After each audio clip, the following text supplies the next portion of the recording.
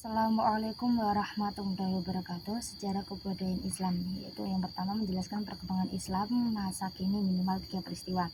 Perkembangan Islam masa kini banyaknya sekali ilmuwan-ilmuwan muslim yang hebat dan turut mewarnai panggung pemerintahan. Dunia pendidikan sangat mendukung adanya mahasiswa muslim. Kemudian bahkan sampai ada beasiswa khusus untuk penghafal Al-Quran. Dai-dai mulai modern dalam penyampaian dakwahnya sehingga lebih terjangkau luas oleh masyarakat, misalnya lewat YouTube dengan kajian yang diangkat sesuai dengan realitas masyarakat. Pemuda-pemudi berbondong-bondong mengikuti kajian keagamaan. Kemudian menjelaskan isu-isu dalam masa kini. Isu-isu Islam dalam masa kini yaitu tentang politik, isu tentang hukum-hukum vaksin, apakah halal atau tidak, itu isu tentang sholat jamaah virtual dan lain-lain. Kemudian PAI, pendidikan agama Islam, yaitu menjelaskan pengertian evaluasi, penilaian, dan pengukuran. Pengertian evaluasi itu pembelajaran adalah proses untuk mendapatkan data dan informasi yang diperlukan dalam menentukan sejauh mana dan bagaimana pembelajaran yang telah berjalan itu, agar dapat membuat penilaian atau judgement dan perbaikan yang dibutuhkan untuk memaksimalkan hasilnya. Penilaian adalah proses pengumpulan atau pengolahan informasi untuk mengukur pencapaian hasil belajar peserta didik.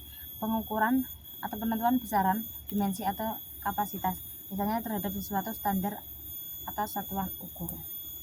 Kemudian menjelaskan tujuan dan fungsi penilaian hasil belajar. Tujuan penilaian hasil belajar, yang pertama mengetahui tingkat kepuasan peserta didik terhadap materi yang telah diberikan.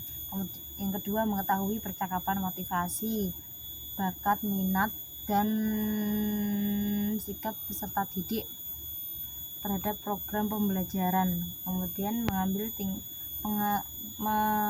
mengetahui tingkat kemajuan dan kesesuaian hasil belajar peserta didik dengan standar kompetensi dan kompetensi dasar yang telah ditetapkan. Kemudian mendiagnosis itu keunggulan dan kelemahan peserta didik mengikuti kegiatan. Yang 5 seleksi, yaitu memilih dan menentukan peserta didik yang sesuai dengan jenis pendidikan tertentu, menentukan kenaikan kelas, menempatkan peserta didik sesuai dengan potensi yang dimilikinya. Kemudian fungsi penilaian hasil belajar, fungsi formatif, yakni untuk memberikan umpan balik kepada guru sebagai dasar untuk memperbaiki proses pembelajaran dan mengadakan proses remedial jika diperlukan bagi peserta didik. Kemudian fungsi sumatif yaitu penentuan nilai kemajuan atau hasil belajar peserta didik dalam mata pelajaran yang tertentu sebagai bahan untuk memberikan laporan kepada berbagai pihak, penentuan kenaikan kelas, dan menentukan lulus tidaknya peserta didik. Kemudian fungsi diagnostis, yakni untuk memahami latar belakang meliputi latar psikologis, fisik, dan lingkungan peserta didik dan mengalami kesulitan belajar, yang hasilnya itu dapat digunakan sebagai dasar dalam memecahkan kesulitan tersebut. Kemudian fungsi penempatan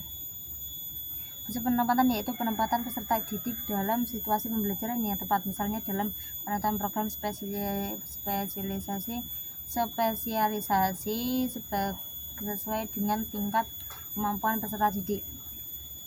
Kemudian menjelaskan penilaian aspek kognitif, aspek afektif, dan aspek psikomotorik.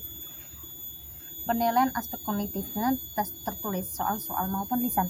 Kemudian penilaian afektif, penilaian aspek psikomotorik, mengenai aspek afektif dengan melakukan observasi pada tiap-tiap perilaku siswa. Kemudian aspek psikomotorik dengan melakukan praktek, misalnya pada materi-materi yang berisi praktek seperti sholat. Kemudian menjelaskan jenis dan teknik penilaian hasil belajar. Jadi penilaian hasil belajar yaitu tes dan non-tes. Kemudian menjelaskan teknis dan instrumen penilaian hasil belajar. Teknik penilaian observasi, portofolio, kerja atau proyek, angket, penugasan, dan lain-lain. Instrumen penilaian hasil belajar, instrumen tes dan non-tes, misalnya dengan soal-soal, kemudian atau dengan non-soal seperti angket, atau kuesioner. Kemudian menjelaskan pengertian profesional guru pendidikan agama Islam.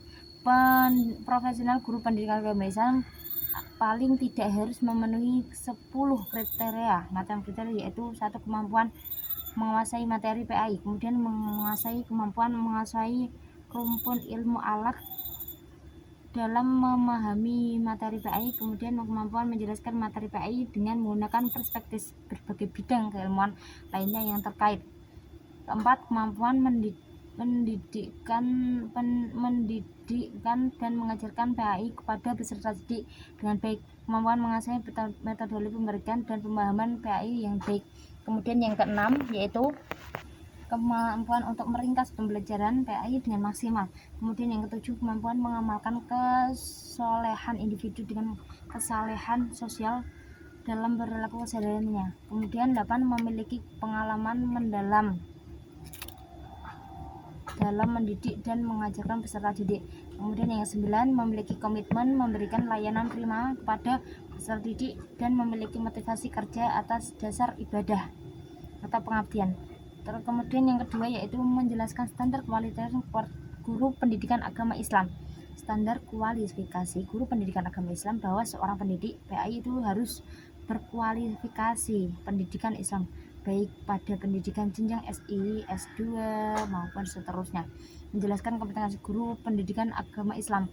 Kompetensi guru pendidikan agama Islam, kompetensi profesional, pedagogik, metode, personal, sosial, dan spiritual. Kemudian hak atau kewajiban guru PAI.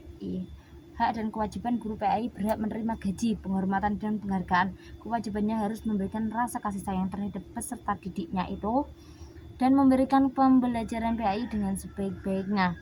Kemudian memberi penasehatan apabila ada kesempatan menjalankan apa yang diajarkannya, harus sinkron apa yang diajarkan dengan perbuatannya itu. Wassalamualaikum warahmatullahi wabarakatuh.